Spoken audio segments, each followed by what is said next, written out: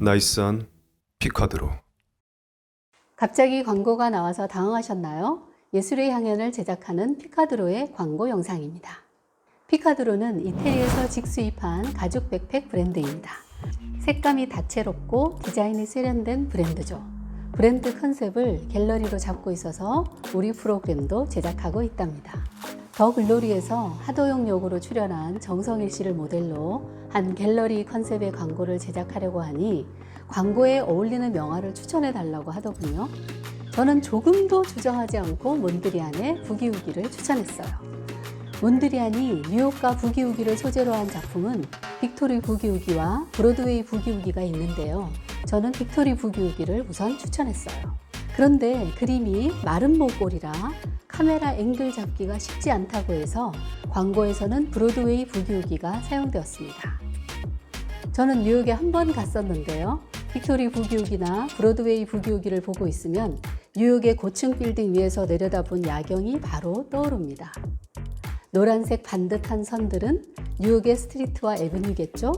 빨강, 하양, 회색, 파랑의 크고 작은 네모들은 거리를 달리는 옐로캡과 깜빡이는 신호등, 휘황찬란한 네온사인과 하늘을 찌를 듯 높이 솟아오른 마철루들, 브로드웨이 뮤지컬에서 울려 퍼지는 흥겨운 리듬 같지 않으세요?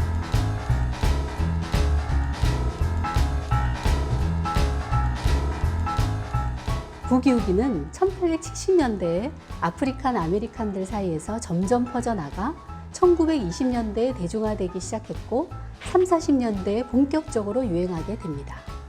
단순한 멜로디가 빠른 템포로 경쾌하게 계속 반복되니까 몸이 절로 흔들리는 음악이죠. 이번에 피카드로의 광고 촬영 현장을 저도 지켜보았는데요. 도시적이면서도 차갑고 또 뜨거움을 누르고 있는 듯한 정성일 배우가 몬드리안과 정말 잘 어울린다는 생각이 들었어요. 모범적인 듯 하면서 묘한 퇴폐미를 뿜어내는 배우죠. 데미지에서의 제레미 아이언즈와 색계의 양조위가 묘하게 섞인 배우예요. 촬영 현장에서 정성일 배우는 날렵하면서도 가볍지 않고 우아하면서도 생동감 있는 움직임으로 브로드웨이 부기우기에서의 시각적인 리듬감을 생생하게 체화해주고 있다고 느꼈어요. 광고와 영화에 출연해 보는 게 제 로망인데 카메라 렌즈 안으로 불쑥 들어가고 팠는데 그 욕망을 억누르느라 아주 힘들었습니다. 다음 기회를 한번 노려보려고 생각 중입니다. 몬드리안 하면 어떤 이미지가 떠오르시나요? 자로 잰 듯이 반듯한 선들, 선과 선 안의 네모를 채우는 선명한 색상들로 유명하죠. 1965년 패션 디자이너 이브생 로랑은 몬드리안 패턴을 완벽하게 살린 원피스를 발표해 세계의 이목을 집중시켰죠. 이후 패션계에서 몬드리안 스타일은 지금까지도 끊임없이 재해석되어 의상으로 제작되고 있죠. 몬드리안은 우리 주변에서도 눈에 많이 띄는데요. 어린이 유치원, 지하철, 아파트 외벽, 유원지, 카페나 레스토랑 인테리어 등 자주 마주치게 됩니다. 예술가 하면 상투적으로 떠오르는 이미지가 있죠. 고우처럼 평생 가난과 모리의 속에 살다 고통 속에 죽어간다든가, 피카소처럼 자유로운 연애를 하며 분방하게 살면서도 부와 명예를 다 누린다든가, 에곤 실레처럼 기존의 도덕률과 아름다움의 규범을 깨는 사람들 등 몇 가지 상투적인 이미지들이 있죠. 이들의 공통점은 경계와 선을 대담하게 넘는다는 사실입니다. 관습과 규범이 요구하는 틀을 벗어나고 뒤집으면서 새로운 예술이 나오는 경우가 많은 걸 생각하면 예술과 인생의 관계가 참 묘하다는 생각이 듭니다. 오늘 우리가 살펴보려고 하는 몬드리안은 예술가에 대한 편견을 깨게 하는 화가인데요. 몬드리안은 평생 깔끔한 양복 차림을 고수했어요. 결혼도 하지 않고 작품 제작에만 몰두하며 금욕적인 삶을 살았죠. 그런데 엄격하고 절제된 기하학적 패턴의 추상 작업을 하는 몬드리안은 음악을 좋아하는 댄스광이었어요.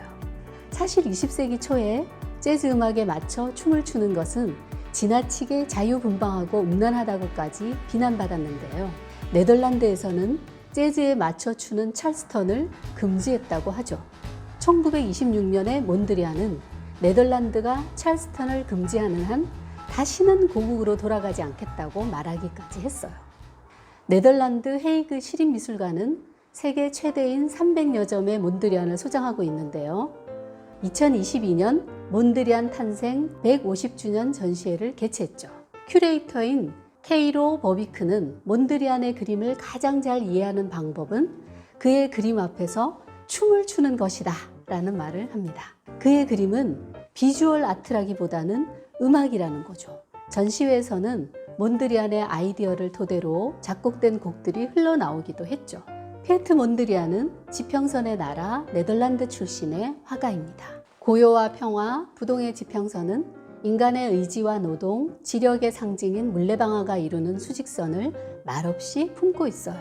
17세기 황금시대 회화의 유산을 고스란히 기억하는 그 대지에서 화가는 시골의 전원을 그리며 화가 수업을 시작했습니다. 자연스럽게 자연과 인간의 관계, 예술과 철학의 관계에 대해 숙고하게 되면서 당시 많은 예술가들을 사로잡았던 테오소피에 빠져들게 되었죠. 접신론 혹은 신지학으로 번역되는 테오소피는 한마디로 종교나 학문, 인종, 나라를 초월하여 보편적인 진리를 추구하고자 하는 정신운동이라고 할 수 있습니다. 1875년 뉴욕에서 헬레나 블라바스키에 의해 태동된 이 운동의 영향을 받은 몬드리안은 눈에 보이는 물질 세계가 아니라 숨겨져 있는 절대적 진리를 자신의 예술을 통해 표현하려 했어요.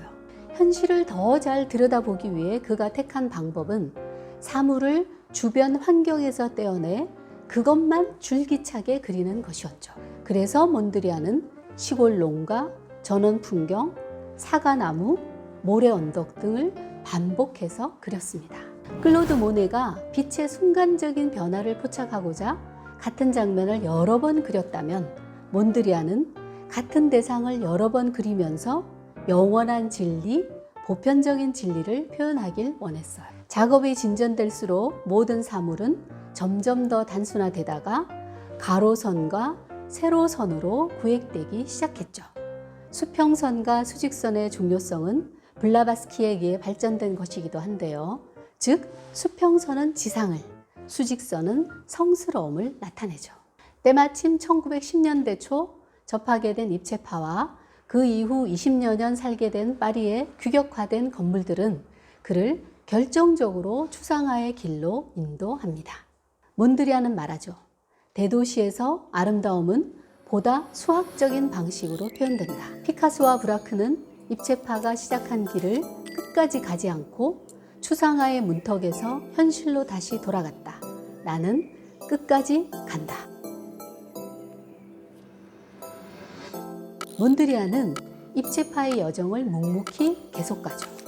1917년에는 같은 네덜란드 화가인 테오 반 데스 브루흐와 함께 색깔과 선, 면으로 이루어지는 새로운 미술을 주창하면서 신조형주의를 시작합니다. 신조형주의의 원칙은 세 가지. 첫째, 곡선이나 사선 없이 수직선과 수평선만 있을 것. 둘째, 오로지 파랑, 빨강, 노랑으로 구성되는 삼원색, 그리고 회색, 검정, 하양만 쓸 것. 셋째, 대칭적이지는 않되 완벽한 균형을 이룰 것. 목표는 어떠한 실제 세계를 암시하거나 재현하지 않는 것입니다. 두 사람이 주축이 되어 1917년에는 데스티를 결성함으로써 신조형주의 원리는 회화뿐 아니라 조각, 건축, 디자인 등 다양한 분야에 걸쳐 유럽 전역에 퍼져나가게 되죠. 이들이 20세기 미술과 삶에 미친 영향은 우리 주변의 패션, 건축, 실내 장식을 한번 돌아보는 것만으로 충분히 알 수 있을 겁니다. 늘 고독하게 그러면서도 탄미적으로 살아가던 화가는 1911년에 파리에 온 후 1차 세계대전이 일어났던 몇 년을 제외하고는 계속 파리에 살며 작업을 했는데요. 1939년 2차 세계대전이 일어나자 처음에는 런던으로 피신했다가 1940년 10월 13일 뉴욕에 도착합니다. 전화에 휩싸인 유럽과 달리 마철루와 네온사인, 재즈 음악으로 활력이 넘쳤던 도시에 몬드리안은 단번에 사로잡혔고 그곳에서 생애 마지막 불꽃을 태웁니다. 빅토리 부기우기에는 그때의 에너지와 열정이 고스란히 담겨 있다고 할 수 있어요. 화폭은 특이하게 마름모 꼴입니다. 덕분에 직각의 선들이 자칫 읽게 할 수 있는 리듬감이 생기죠. 몬드리안이 주로 썼던 빨강, 파랑, 노랑이 하양 바탕 위에 불빛처럼 반짝이는 듯 합니다. 가만히 그림을 들여다보면 자로 잰 듯이 차갑고 엄격하게 고수해 오던 스스로의 미학을 거부하고 접착밴드를 삐뚤삐뚤하게 잘게 잘라 붙였음을 알 수 있어요. 마치 뉴욕 밤거리의 빛이 반짝이는 것 같기도 하고 부기우기 음악의 선율이 흥겹게 들려오는 듯도 합니다. 전 빅토리 부기우기를 헤이그 시립현대미술관에서 처음 봤는데요. 무척 당혹스러웠어요. 몬드리안의 색깔이고 구성이긴 한데 거칠고 불안정한 테크닉이 전혀 그답지 않아 보였기 때문입니다. 20년 넘게 하폭에서 중요한 역할을 했던 검은 선이 완전히 사라지고 삼원색의 선 혹은 잘게 나눈 색면만으로 작업했을 뿐 아니라 색면을 재배치하고 수정하는 것이 용이하도록 접착밴드를 비롯한 다양한 재료들을 사용하기도 했어요. 이 새로운 재료들 덕분에 지금까지 몬드리안이 캔버스에서 철저히 없애려 했던 현실의 흔적, 우연의 산물, 개인의 표식들이 당당하게 존재감을 드러내고 있었죠. 평생을 탐구하고 새로운 것을 시도했던 그가 죽기 2달 전 이 그림을 그리면서 이제서야 내가 평생 바라던 구성을 찾았다 라며 탄성을 질렀다 하니 예술은 끝없는 구도의 길이 분명한 듯 합니다. 뉴욕에서 2년 4개월 남짓 살았던 몬드리안은 총 7점의 작품을 남겼는데 그중 4작품이 미완성이에요. 브로드웨이 부기우기는 몬드리안의 마지막 작품인 빅토리 부기우기와 여러 점에서 비슷하면서도 다른데요. 판형이 하나는 정사각형이고 하나는 마름모라는 차이, 표현 매체가 브로드웨이는 유체이고 빅토리는 유체뿐 아니라 접착밴드를 활용한 실험적인 방법을 시도했다는 점에서 구별됩니다. 독일에 소장된 미완성 작품 뉴욕시티 1은 유체와 접착밴드를 활용했다는 점에서 빅토리 부기우기를 예견케 하죠. 아직 검정선이 남아있고 사각 판형이라는 차이는 있지만요. 브로드웨이 부기우기와 빅토리 부기우기에는 평생 신조형주의에서 중요하게 등장하던 검정선이 완전히 없어진다는 공통점이 있습니다.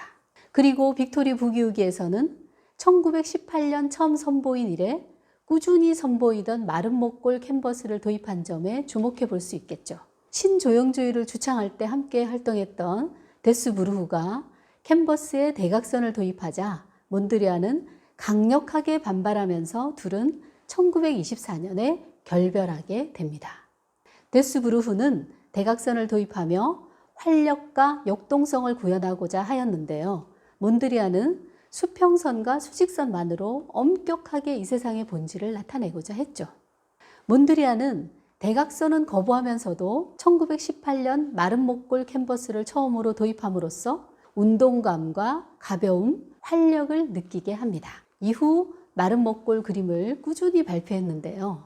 1938년 이후 시도하지 않던 마른 목골 캔버스를 빅토리 부기우기, 그러니까 생애 마지막 작품으로 선택합니다. 네덜란드에서 파리로, 파리에서 런던으로, 런던에서 뉴욕으로 이어진 예술적 여정에서 생의 말년에 발견하고 매혹된 삶의 에너지, 활력을 마른 목골 캔버스를 통해 보다 분명하게 드러내고 싶었던 듯 합니다. 세 번째로는 접착밴드의 적극적 사용인데요. 뉴욕시티를 나타낸 작품의 반은 유체만으로 나머지 반은 유체와 접착밴드로 작업했습니다.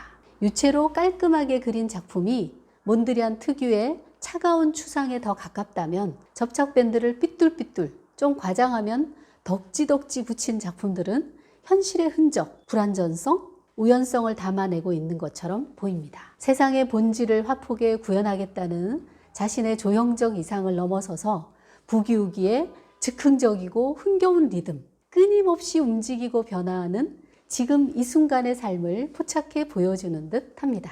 1944년 2월 1일 몬드리안은 폐렴으로 세상을 떠납니다. 빅토리 부기우기는 미완성 상태로 이젤 위에 놓인 채였죠. 그가 펼쳐줄 수도 있었을 새로운 시도들이 때이른 죽음으로 계속되지 못한 것이 안타까운데요.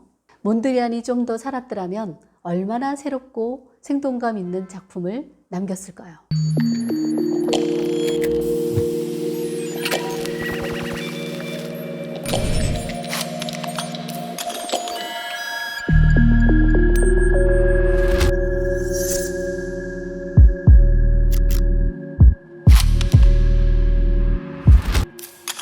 나이스한 피카드로. 오늘 향연을 들으면서 제가 왜 몬드리안을 추천했는지 이해가 잘 되셨나요? 오늘은 여기까지. 감사합니다.